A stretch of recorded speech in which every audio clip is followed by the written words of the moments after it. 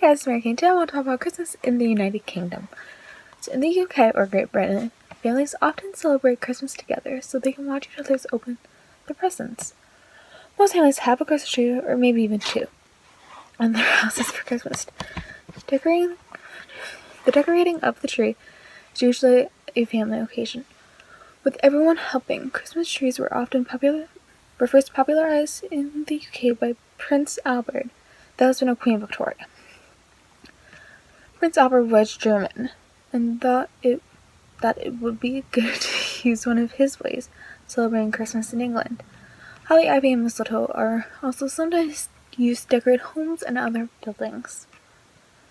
Most villages, towns, and cities decorate with Christmas lights over Christmas. Often a famous person switches them on. The most famous Christmas lights in the UK are on Oxford Street in London. Every year they get bigger and better.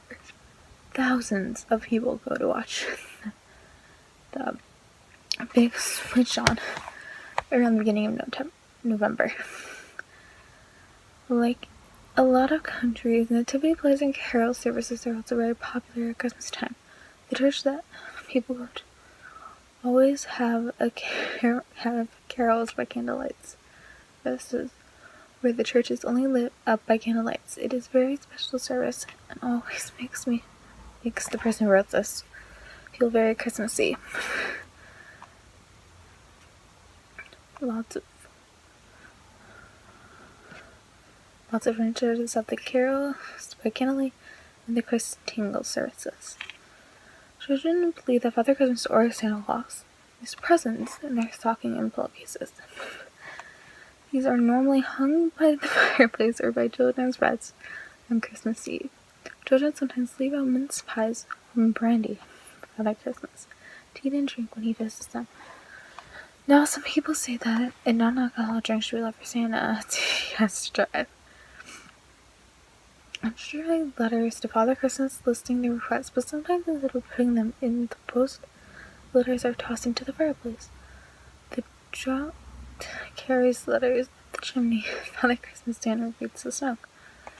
There are some customs that only take place or started in the UK. Waltzing is an old Anglo-Saxon custom that doesn't take place much today. Boxing Day is a very old custom that started in the UK and is now taken as a holiday in many countries around the world. And Scots, it's a Scottish dialect. It teaches you to say Merry Christmas in Gaelic and Welsh, which is spoken in Wales, in Cornish. Is there any more corn in the freezer? No! In the UK, the main Christmas meal is usually eaten at lunchtime or very early afternoon on Christmas Day. It is normally roast turkey, roast vegetables, and all of the trimmings, which means vegetables like carrots, peas, stuffings, and sometimes bacon and sausages. It's often served with cranberry sauce and bread sauce. Traditionally, and before turkey was available, roast beef or goose was the main Christmas meal. One vegetable that is often at Christmas in the UK are Brussels sprouts. Dessert is often rice pudding. Mince pies and lots of chocolate are often eaten well. Trifle is a popular dessert at Christmas. It's made of a large bowl that consists of layers of sponge cakes or sponge fingers at the bottom of the bowl, which is often soaked in sherry or brandy. Then there's a layer of fruit, normally suspended in a fruit-flavored jelly, and is topped with a layer of custard and then whipped cream. In Scotland, there's a variation called the Tipsy Laird, which uses whiskey to soak the sponge cake, and the fruit are raspberries. The dinner table is decorated with a Christmas cracker for each person, sometimes flowers and candles. The UK is also famous for Christmas cake. Some people love it, and some people really don't like it. It's traditionally a rich fruitcake covered with marzipan and icing, and often tied with Christmas-themed decorations like sprigs of holly.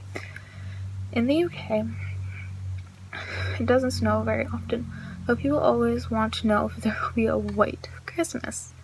The British definition used by the UK Meteorological Office, who says if it has been a white Christmas in the UK or not, is that a single snowflake has been seen in the 24 hours of Christmas Day. This does not happen a lot in the UK. Statistics show that in the UK, they get an official white Christmas about every 4 or 5 years and have a real snow Christmas about 1 in 10. But often this is only normally in Scotland. And then there's one sure way of getting snow into Christmas in the UK is by watching the popular cartoon The Snowman, which is based on a boy's adventure when a snowman comes to life. That sounds like Frosty. The animation was first on the UK TV on Boxing Day in 1982. It's based on the story book of the same name by the children's author and illustrator Raymond Briggs. For many families, this is now a must-watch over Christmas. Sorry.